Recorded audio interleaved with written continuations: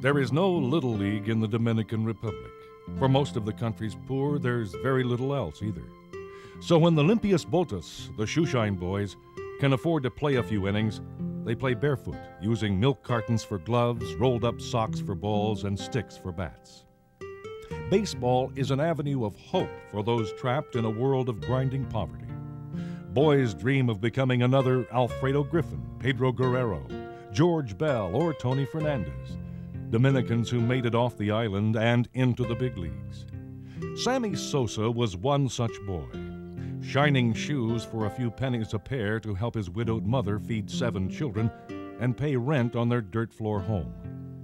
Carrying his little homemade box filled with polish and rags through the streets of San Pedro de Macorís, Sammy had dreams too, even if his struggle for survival kept him out of organized baseball until he was 14. But Sammy's talent was as big as his desire, and in just 4 years he was playing in the minors, leading the Gulf Coast League in doubles and total bases. In 3 more years he signed with the White Sox and was a league-leading hitter.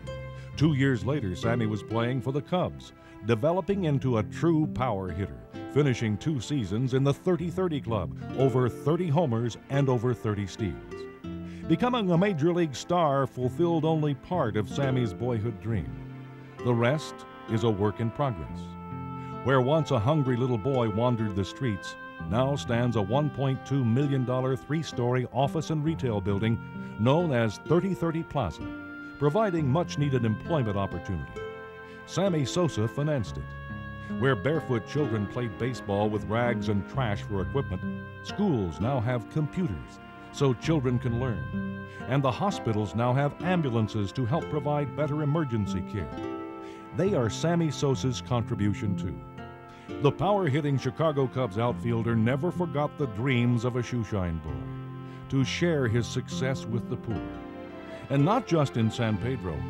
Last December he launched Sammy Claus, distributing toys to underprivileged children in 5 U.S. cities and the Dominican Republic. In Chicago, he sponsors 2 inner-city youth baseball teams.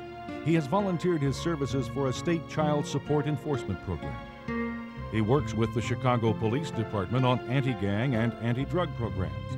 He sponsors Sammy Sosa Sunday, so poor kids can go to Cubs games. He helps the Little League's immunization program and a neighborhood health center.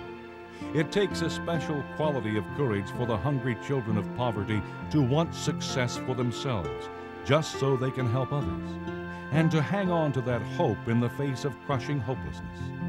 Sammy Sosa could have a comfortable, uncomplicated life simply living on his skill as an athlete.